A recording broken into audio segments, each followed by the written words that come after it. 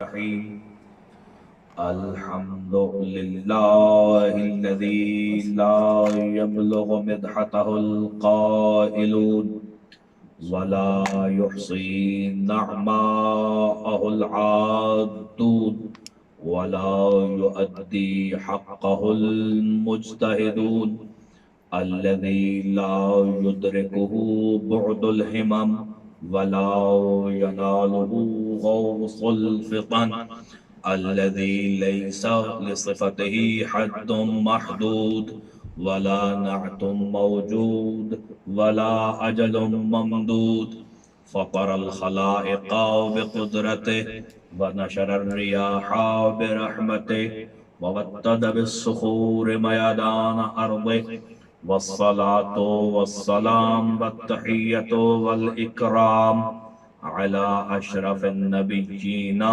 وخاتم المرسلين أبي القاسم محمد اللهم صل على محمد وآل محمد وعلى أهل بيته الطيبين الطاهرين المعصومين المظلومين أما بعد فقد قال الحكيم في محكم كتابه الكريم بسم الله الرحمن الرحيم والعصر إن الإنسان لفي خسر إلا الذين آمنوا وعملوا الصالحات وتواصوا بالحق وتواصوا بالصبر صلوات اللهم صل على محمد وآل محمد عجل فرج ایک اتنی بلند صلوات پڑھیں کہ فرشتگان عرش کو آپ کے ہونے کا یقین ہو جائے اللهم صل على محمد وآل محمد عزیزان محترم، تمام حمد بالاستغراق مختص ہے اس رب جلیل کے لیے کہ جس نے انسان کو عالمین کی مخلوقات میں سے اشرف مخلوقات بنایا اور بے بہا لا احصاء عدم منتہا شکر ہے اس لم یزل ولا یزال کا کہ جس نے ہم جیسے کو عمران کے لخت جگر علی ابن ابی طالب کی ولایت عطا کی سبحان اللہ توجہ ہوگی عزیزان بسم اللہ سورہ والعصر ظاہراً قرآن مجید کا ایک مختصر سا سورہ ہے سبحان اللہ جس میں پروردگار عالم بسم اللہ کی آیت کے بعد ارشاد فرما رہا ہے قسم ہے عصر خاص کی ایک ایک انسان نقصان میں ہے جیو جیو الا الذین آمنوا لیکن چار قسم کے انسان نقصان میں نہیں ہیں جیو جیو قبلہ جیو آمنوا صاحبان ایمان نقصان میں نہیں ہیں وعمل الصالحات وہی مومن عمل صالح کرنے والے نقصان میں نہیں ہیں وتواصوا بالحق وہی مومن حق کی تلقین کرنے والے نقصان میں نہیں ہیں وتواصوا بالصبر وہی مومن صبر کی دعوت دینے والے نقصان میں نہیں ہیں جیو جیو سبحان اللہ خدا آپ کو سلامت رکھے عزیزان محترم، جس طرح سید بزرگوار ارشاد فرما رہے تھے کہ اس مجلس حسین کو عام نہ سمجھا جائے، اس کو بے وقعت نہ سمجھا جائے۔ بحر الانوار میں علامہ باقر مجلسی علیہ الرحمہ نے ایک روایت نقل کی کہ جس میں سرکار دو عالم نے دشمنان شیعہ کو جلانے کے لیے شیعوں کے فضل پڑھے سبحان اللہ ماشاءاللہ اور اس میں وہ حدیث انہوں نے یہاں سے شروع کی کہ یا علی انتا و شیعتک هم الفائزون یوم القیامہ، تو پوچھنے والوں نے پوچھ لیا یا رسول اللہ ذرا وضاحت فرمائیے، ہمیں بتائیے، تعریف کر کے بتائیے کہ وہ شیعہ ہیں کون کہ جنہوں نے کامیاب علی کے ساتھ ہونا ہے۔ سبحان اللہ سبحان اللہ اب میرے مولا بتلاتے آئے کہ شیعہ میں یہ صفات ہیں، اس میں ایک صفت ذکر یہ کی الا و انا لکل شیء سیدا و سید المجالس مجلس الشیعہ، کہ ہر چیز کا ایک سردار ہوتا ہے. زمین کی محفلوں، زمین کی مجالسوں کی اگر کوئی سردار ہے تو وہ مجلس ہے جس میں شیعہ علی ہو. سبحان اللہ، ماشاءاللہ، نعرہ جیو ماشاءاللہ. تو اب ظاہر ہے کہ زہرا کے بابا نے یہ ارشاد فرمایا ہے، اب وہ عام مجلس تو ہوگی نہیں، وہ عام محفل تو ہوگی نہیں، وہ وہی مجلس اور وہی محفل ہوگی جس میں یا اللہ کا ذکر ہوگا، یا رسول اللہ کا ذکر ہوگا، یا علی ولی اللہ کا ذکر ہوگا. سبحان اللہ، سبحان اللہ، ماشاءاللہ. کیا کہنے آپ سر، کیا کہنے. اللہ نے زمانے کو گواہ بنایا اور کیا کہا، مجھے قسم ہے زمانے کی. عصر کا ایک مطلب زمانہ بھی ہے. سبحان اللہ. اب سارے طلاب کرام بیٹھے ہیں، یہ فرمائیے کہ قسم کیوں کھائی جاتی ہے؟ اب یہ تو ہو نہیں سکتا کہ جتنے بھی اللہ کو ماننے والے ہیں وہ اس کی ہر بات کو سچائی نہ سمجھیں. ٹھیک ہے نا؟ تو پھر اللہ نے یہ قسم کیوں کھائی؟ بھائی ایک مجبوری ہے. آپ حیران ہو گئے کہ میں نے کہا اللہ نے قسم کھائی اور پھر ساتھ ہی کہہ دیا کہ ایک مجبوری ہے. ملک عام صاحب، کبھی مجبوری ہوتی ہے نقص کی وجہ سے. اب اللہ میں نقص تو ہو نہیں سکتا.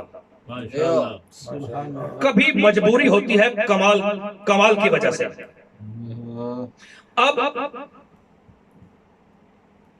یہ مجبوری نقص کی وجہ سے تو ہو نہیں سکتی. ٹھیک ہے نا؟ کیونکہ اس کے بعد اللہ نے یہ فرمایا کہ ہر انسان نقصان میں ہے. تو یہ فرماؤ، یہ جو وجود ہے ہمارا، کیا یہ ہمارا ذاتی ہے؟ جو چپ کر گئے ہو کیا کیا ذاتی ہے؟ بھائی نہیں ہے نا، کچھ بولتے ہو میرے ساتھ. بسم اللہ، بسم اللہ. ٹھیک ہے نا؟ یہ وجود ہمارا ذاتی نہیں ہے. وجود ایک کمال ہے یا نہیں؟ کمال ہے. تو اب وجود ہمارا ذاتی نہیں ہے، اور اگر یہ وجود کمال ہے تو پھر کمال بھی ہمارا ذاتی نہیں ہے. جب نہ وجود ہمارا ذاتی ہے نہ کمال ہمارا ذاتی ہے، تو پھر جب وہ قسم کھا رہا ہے اس کا مطلب یہ ہے کہ یہ نقص چاہے وجود کے اعتبار سے ہو یا کمال کے اعتبار سے وہ ہم میں ہے، اس میں نہیں ہے. یا قسم کھائی جاتی ہے کسی کے درجے کو بلند سمجھتے ہوئے. ٹھیک ہے نا؟ جس طرح ہم قسم کھاتے ہیں کہ معصومین کی قسم یا ابو الفضل عباس کی قسم کھاتے ہیں یا نہیں؟ کھاتے ہیں نا؟ کیوں؟ اس لیے کہ ہم یہ سمجھتے ہیں اور ہے بھی کہ یہ درجے میں، یہ درجات میں ہم سے بلند ہیں، اور اس لیے ہم ان کی قسم کھاتے ہیں. اور جب ہم ان کی قسم کھاتے ہیں تو پھر اس کے ساتھ ایک شرعی قسم بھی کھاتے ہیں جس کو قسم احکامی کہا جاتا ہے، جس پر کفارہ مترتب ہوتا ہے اگر اس کی خلاف ورزی کی جائے. وہ کس کی ہے؟ وہ ہے اللہ کی قسم. اب اللہ بھی ہم سے بلند ہے اور معصومین بھی ہم سے بلند ہیں. تو یہاں پر ایک مسئلہ حل ہو جائے کہ مکتب خیال نے یہ خیال کیا کہ اللہ کے علاوہ غیر اللہ کی قسم کھانا شرک ہے. ٹھیک ہے نا؟ تو میں کہتا ہوں کہ اگر غیر اللہ کی قسم کھانا شرک ہے تو پھر اللہ کو قرآن میں غیر اللہ کی قسم نہیں لانی چاہیے تھی. تو یہ تو ہو نہیں سکتا کہ وہ جس چیز کو شرک بتائے پھر اسی کو وہ خود انجام دے. تو اس سے ثابت ہو گیا کہ اگر اللہ غیر اللہ کی قسم کھا رہا ہے تو وہ شرک نہیں ہے، اگر اللہ غیر اللہ کی قسم کھائے تو وہ عین توحید، اگر ہم غیر اللہ کی قسم کھائیں تو وہ شرک کیسے ہو گیا؟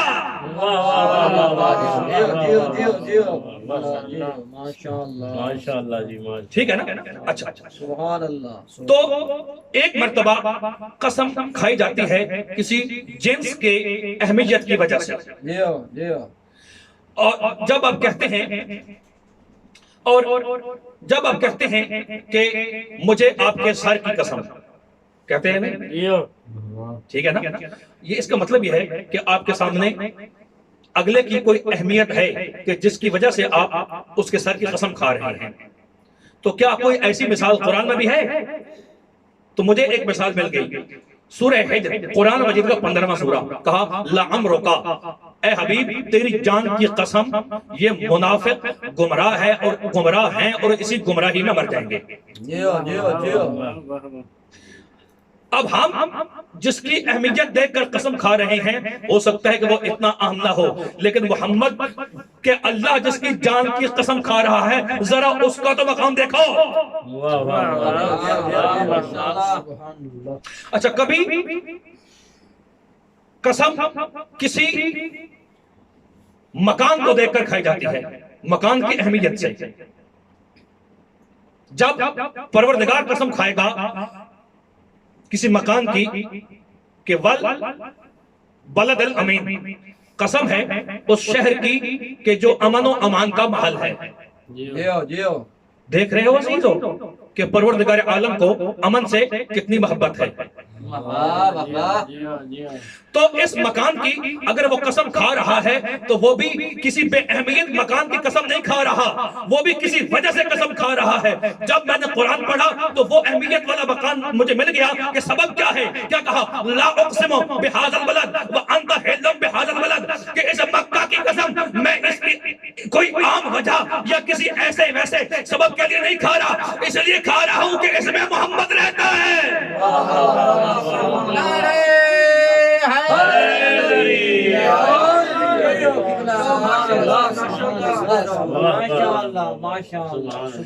اچھا، کبھی کسی دن زمان کو مد نظر رکھا جاتا ہے، ٹھیک ہے نا؟ زمان کو کیسے مد نظر رکھا جاتا ہے؟ آپ کہتے ہو یومن، جاوید بھائی یومن کیا ہے؟ نکرہ ہے نا، نکرہ ہے، تو کیا ترجمہ کریں گے؟ یومن کوئی سا بھی دن، ٹھیک ہے نا، نکرہ ہے۔ اور جب ہم کہہ دیں الیوم، جب اس پہ الف لام لگا دیں تو معرفہ ہو جائے گا۔ اب آپ نے فقط یہ کہا معرفہ ہو جائے گا، لیکن آپ کے دل اور دماغ کہہ رہے ہیں فقط معرفہ نہیں ہوگا بلکہ معرف ہو جائے گا، ٹھیک ہے نا؟ اب جب قرآن کہتا ہے یومن تو اس کا مطلب ہے ندیم شاہ صاحب کوئی سا بھی دن، ٹھیک ہے نا؟ اور جب قرآن کہے الیوم تو اب یہ کس کو پتا چلے گا کہ قرآن نے الیوم کس کو کہا ہے؟ یہ اسی کو پتا چلے گا، یہ اسی کو پتا چلے گا کہ جس کی غدیر خم پہ نظر ہے اس کو پتا نہیں چلے گا جس کے نزدیک قرآن کافی ہے۔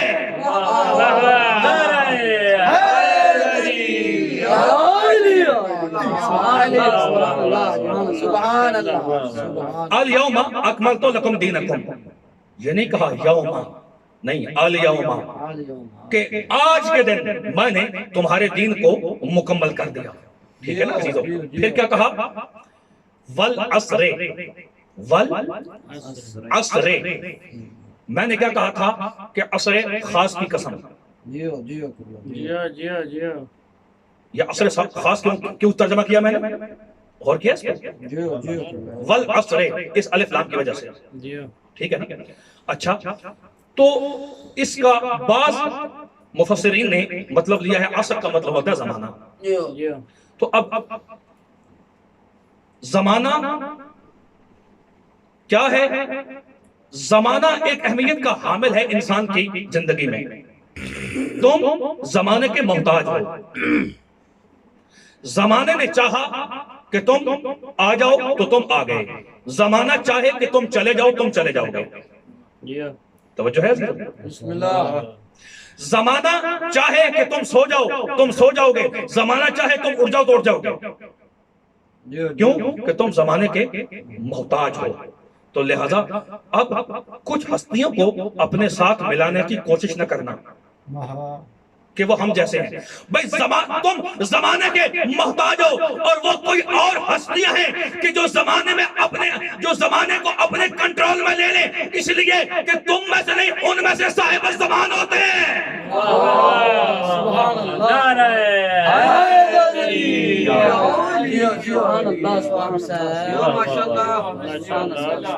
ٹھیک ہے نا؟ اچھا، تو اب پروردگار عالم قسم کھا رہا ہے، کبھی مکان کی، کبھی انسان کی، اور کبھی وہ سورج کی قسم کھاتا ہے، والشمس وضحاها، کبھی چاند کی قسم کھاتا ہے، والقمر اذا تلاها. سبحان اللہ. ٹھیک ہے نا؟ اور کبھی وہ ان سے کم تر درجے کے کسی کوکب کی قسم کھاتا ہے، والنجم اذا ہوا. تو میں کہوں گا بارے الہ، اس نجم کو سورج اور چاند سے کیوں ملا دیا؟ تو جو ہے تو عجب نہیں کہ توحید کی آواز آئے کہ اس لیے اس نجم کو، اس کوکب کو چاند اور سورج سے ملا دیا کہ یہ آ کر علی کی ڈیوڑی پہ جھکا اور کائنات کو بتایا کہ اگر کوئی فاطمہ کا کف ہے تو وہ علی ہے. نعرہ حیدری. صاحب جیو قبلہ. ٹھیک ہے نا عزیزو؟ ماشاءاللہ. تو جتنا بھی ان ہستیوں کا درجہ فضائل بیان کیا جائے علماء کرام وہ کم ہے، لیکن جب تک فرات چشم کو روانی نہ دی جائے تو بقی سے آنے والی کا دل نہیں بھرتا. اللہ اکبر. میرے بھائی نے پڑھا کہ کائنات کے ہر عابد کی عبادت اگر اپنے آپ کو مزین کرتی ہے تو وہ زین العابدین سے مزین کرتی ہے. عزیزان محترم، میرے اس مولا کو زین العابدین بننے کے لیے بڑی قربانیاں دینا پڑی. کوئی بیٹھے بٹھائے یہ لقب سجاد کو نہیں مل گیا کہ تو سجاد ہے. ذرا اس کے سجدوں پہ غور کرو. خیمے جلتے رہے وہ سجدہ کرتا رہا، پھوپھیاں لٹتی رہی وہ سجدہ کرتا رہا، سکینہ کے کان چھدتے رہے وہ سجدہ کرتا رہا، بچے کچلتے رہے وہ سجدہ کرتا رہا، فضاؤں میں اعلان بلند ہوتے رہے الا وقد قتل الحسین بکربلا، اس کا سجدہ جاری رہا. کس وقت سجدہ ختم ہوا؟ جب پھوپھی نے آ کر کاندھا ہلایا، کہا سجدہ ختم کر میری چادر اتر گئی ہے. عزیزو، وہ سجاد کے کثرت سے سجدے کرنے والا کربلا سے چلا ہے بے مکنا و بے چادر پھپھیوں کو لے کر، اور پہنچا ہے کوفہ کے بازار میں. کوفہ کے بازاروں سے ہوتا ہوا مختلف منازل کو طے کرتا ہوا وہاں پہنچ گیا. اس دربار میں پہنچا کہ تاریخ نے جس دربار کا نام دربار اسقلان لکھا، اور اس دربار پہ بیٹھا ہوا اس ملعون ابن ملعون کا وہ گورنر تھا. کہتے ہیں تاریخ کا وہ پہلا ملعون ہے جس نے میری شہزادی جناب زینب کو تو کر کے بلایا ہے. عزیزو، ایک پیشی وہاں پہ علی کی بیٹیوں کی، اور جتنی حرزہ سرائی کر سکتے تھے علی کی بیٹیوں کی، ان ملعونوں نے توہین کی. اس کے بعد یہ لٹا ہوا قافلہ حلب لایا گیا. میرے مولا سجاد پہ جتنے ظلم ہوئے ہیں، کربلا میں ظلم ہوئے، کوفہ میں ظلم ہوئے، اب منزل بہ منزل ظلم ہوتے رہے، اسقلان میں ظلم ہوئے، حلب میں ظلم ہوئے، اللہ جانے شام کے بازار میں اس علی کی پوتے پہ کس انداز میں ظلم ہوئے۔ ایک مرتبہ اپنی بھپیوں کو دیکھتا ہے، پھر آسمان کی طرف رخ کر کے کہتا ہے یا لیتنی لم تلدنی امی، او کاش مجھے ماں نے جنم نہ دیا ہوتا، او کاش سجاد ماں کے ساتھ مر گیا ہوتا۔